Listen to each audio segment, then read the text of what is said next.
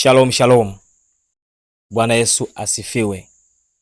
Tumsifu Yesu Kristo. Mpendwa, unaendelea kufuatilia mafundisho kwenye channel yetu ya Mikono ya Kristo. Mungu akubariki sana kwa kuendelea kufuatilia mafundisho haya ambayo yanakubariki kwa namna moja ama nyingine. Na Mungu aendelee kukutia nguvu kwa kufuatilia mafundisho haya. Basi leo nimekuja na somo.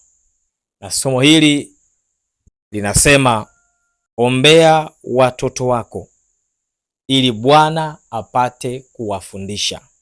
Somo jepesi tu. Ombea watoto wako ili Bwana apate kuwafundisha. Somo hili ni miongoni mwa masomo ambayo tumewahi kuwafundisha huko nyuma. Huenda likawa na mabadiliko tu machache kidogo, lakini msingi wa somo hili ni kukusisitiza wewe mzazi ama mlezi uelewe ya kwamba anayedili na watoto wako ni Mungu mwenyewe, sio wewe. Nisikilize kwa makini. Anayedili na watoto wako sio wewe, ni Mungu mwenyewe. Sio fedha zako, ni Mungu mwenyewe. Sio nafasi yako, cheo chako, ukwasi wowote ulio nao, sio hicho, ni Mungu mwenyewe. Sio shule bora sana, sio shule nzuri sana, sio shule mbaya sana, ni Mungu mwenyewe. Haya yana mifano, tena mifano mikubwa kweli kweli.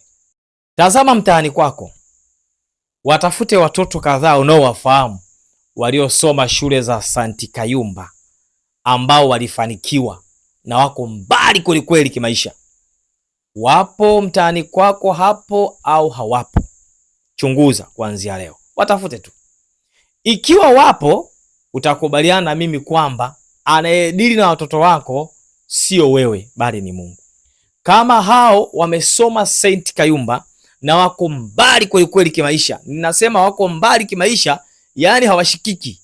Wako vizuri. Yani nasema wako vizuri sana watoto. Twende upande wa pili. Angalia hapo hapo mtaani kwako watoto waliosoma hizo shule zinaitwa St. nani? Hizo. Ama shule za level hiyo. Je, hakuna watoto ambao wapo tu nyumbani hapo? Yani ni wahuni, hata kama sio wahuni, yani wapo tu nyumbani kwako hapo. Yani wapo tu, hamna wanachokifanya. Hakuna walipo, yani wapo tena tegemezi. Na wamesoma shule za gharama kubwa, ada ya mabilioni kwa mabilioni ya fedha. Shule nzuri, wengine wamesoma nje ya nchi kabisa, international kabisa, worldwide, wamezunguka, wamepanda ndege. Hakuna kidumu wala fagio. Lakini wapo tu, wapo tu. Angalia. Nimeanza kukuambia angalia. Sijataka kusema jambo lolote, wala sitaki kusema wapi pazuri wala wapi pabaya. Lengo langu nataka wewe mwenyewe ufanye tathmini. Kwa nini wapo watoto ambao wamesoma St. Kayumba wanafanya vizuri na maisha yao ni mazuri sana?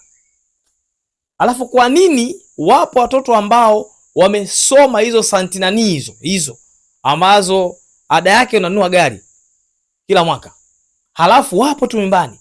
Wapo tu. Kwa nini? Kama wapo, ni kama unawashuhudia. Kwa nini? Kama haujui, nimekupa assignment, nimekupa jambo la kufanya. Chunguza na wewe, wapo au hawapo? Maana mifano tuanzia hapo mtaani kwako. Kama unaona mtaani kwako wapo, maana yake ninachokisema ni kitu sahihi. Na mimi ninachokizungumza kipo ndani ya Biblia, kimetamka hivyo. Tunaanza kuongea kama kulisoma neno lenyewe. Kwa hiyo kama umerealize, kama umefahamu kwamba wapo, maana yake ni kwamba ninachokisema ni kitu sahihi. Omba ili Mungu adili na kuwafundisha watoto wako. Mungu ndiye anafundisha watoto wakaelewa. Mungu ndiye anayetoa hekima na maarifa, na akili njema inatoka kwa Mungu. Akili njema anayetoa Mungu mwenyewe. Haijalishi ni watoto ambao wamezaliwa katika hali gani kimaisha. Hali za kimasikini ama hali za kitajiri. Uwe tajiri uwe masikini, unielewe tu kwamba mtoto wako anayemfundisha mtoto wako ni Mungu mwenyewe. Ni Mungu mwenyewe. Kwa hivyo ukiacha kumwomba Mungu amfundishe mtoto wako, maana yake utakuwa na namna nyingine ya kumfundisha mtoto wako. Sasa mimi hiyo sijui, lakini ninachokijua, maarifa ambayo ni msingi kabisa wa maisha ya wanadamu yanatoka kwa Mungu. Hekima ambayo ni msingi kabisa wa maisha ya wanadamu inatoka kwa Mungu, na Mungu ndiye mfundishaji mkuu wa hekima pamoja na maarifa. Bwana wa majeshi ndiye mfundishaji mkuu wa hekima pamoja na maarifa. Vyote ambavyo mtoto wako anavipata na kuvimeza na kuvihifadhi katika akili yake vinatoka kwa Mungu. Ndiyo maana dunia hapa ilipo inafanya mchakato mkali sana wa kuharibu huo mfumo ama kupumbaza mfumo wa kimungu na kuwaletea mfumo mbaya umetengenezwa kisayansi, lakini mfumo mbaya ambao unamfundisha mtoto matendo mabaya. Ndio maana dunia ya leo ina matendo mabaya mengi sana, kwa sababu watoto wanajifunza kupitia ulimwengu wa utandawazi. Shetani yupo kazini kuharibu akili za watoto, ili akili ambayo Mungu ameumba wanayo mtoto afute akili hiyo, abebe akili ile ambayo ni ya shetani. Kwa unapoomba Mungu, maanake Mungu anakaa katikati ya mtoto wako, anapangua lile ambalo halifai, Mungu anamuondolea lile linalofaa, Mungu analiachilia liingie kwenye akili yake. Yaani ndio kazi ya Mungu, kumlinda mtoto wako, sio tu kumfundisha na kumlinda, anamlinda kwa sababu mafundisho ni mengi. Mtoto anapokea kila mapokeo, akili ya mtoto inapokea kila mapokeo, lakini Mungu anaweza kumuondolea na akamfutia yale yaliyo mabaya, akamwachia yale yaliyo mema yakaingia katika akili ya mtoto.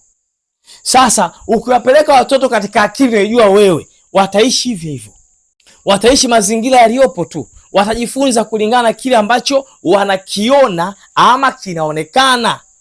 Hawataishi kadiri ya mpango wa Mungu, wataishi kwa kile ambacho wanakiona. Kwa kikiona kibaya wataishi na hicho kibaya, wakiona kizuri wataishi na kizuri. Yaani kiufupi utakuwa kama unacheza kamari juu ya watoto wako. Haleluya! Muombe Mungu awe mwalimu wa watoto wako. Kuna watoto wameingia katika mambo ya ajabu kabisa, ambapo wazazi wakiitwa hawaamini. Mzazi, tumekuita hapa, mtoto wako ndiye anafanya vitendo hivi vya ushoga. Mzazi haamini. Kwa sababu gani? Shule aliyompeleka ni ya gharama sana. Ama mbona shule yangu ni ya Uswahilini tu, anakwenda asubuhi na kurudi nyumbani. Yaani mzazi haamini kwa sababu mazingira aliona kwa macho yake. Lakini shetani amemrubuni mtoto siku nyingi, hauna habari. Mungu hayupo, shetani amemhenda mtoto wako, amemcontrol, umemwacha kwenye makatuni hayo. Na nyinyi hapa watoto, simu, sikiliza, kuna madude kibao yasiyofahamu ndani yanamfundisha mtoto mambo mabaya. Ndio maana hizo simu zenu za smart, hizo simu janja, ukiziangalia vizuri, kuna kitu kinaitwa control ya wazazi. Yaani mtoto anapewa simu ikiwa ipo controlled. Yaani sio nisemeje, mtoto anapewa simu ikiwa imehakikiwa kwamba hiki hawezi kukifikia. Simu walivyotengeneza hivyo waliyajua hayo, kwamba mtoto anapekua tu, mnaacha watoto YouTube anajifungulia YouTube. Hiyo YouTube inauliza umri, anayetumia hii YouTube ana umri gani? Ya mtoto nasema ni mtoto chini ya miaka 18. Kuna vitu havifunguki kwenye YouTube, hawezi kuviona. Sasa wewe simu yako mzazi, bora itumia, ndio simu ya kufanyia mambo yako, ina faragha zako kibao. Unampa mtoto anapekua, anaangalia vizuri sana, anayaona na akwambii. Akienda shuleni anakwenda kuya practice huko, anakwenda kuyafanyia mazoezi, ama huko mtaani anakwenda kuyafanyia mazoezi. Akikomaa unakuja kuambiwa, huyu mtoto wako mbona ni hivi? Unasema hapana, mbona hakuwa hivyo? Hapana nini? Na ulishampa simu muda mrefu achezee. Endeleeni kuwapa simu hizo. Si akilia unampa simu. Ndio malezi ya siku hizi haya.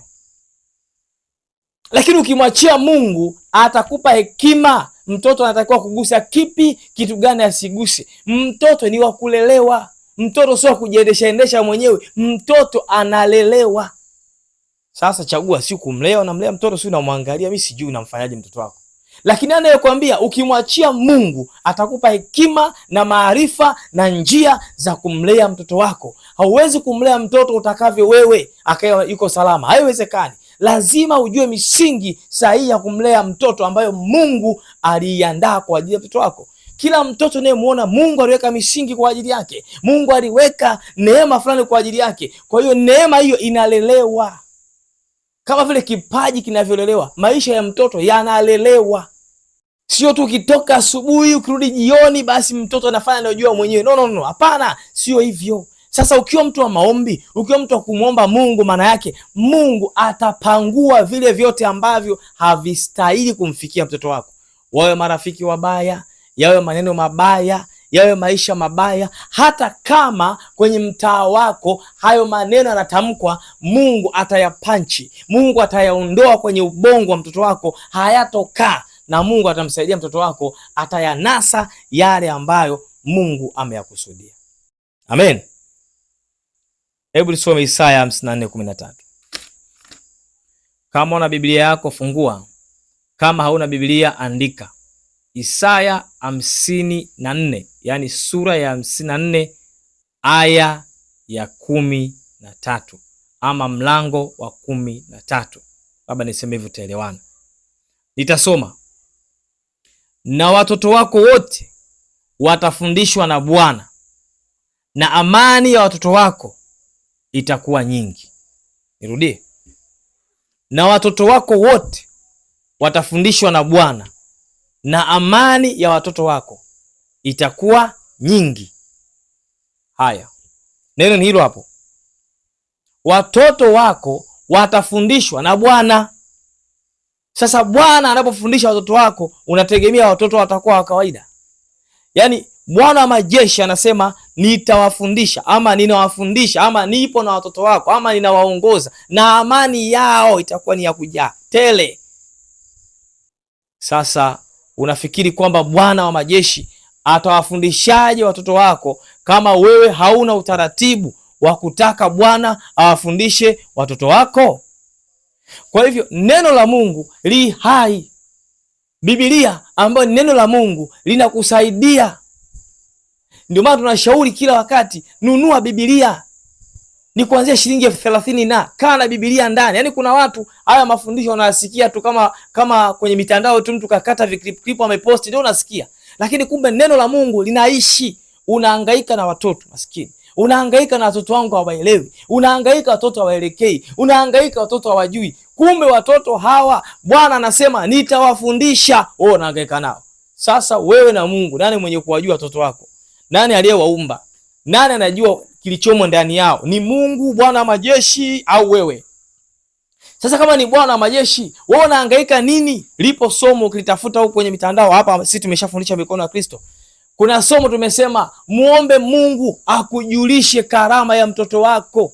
Hiyo ndio chanzo cha Mungu kumfundisha mwanao. Mungu anamfundisha mtoto wako kile ambacho amekiweka ndani yake.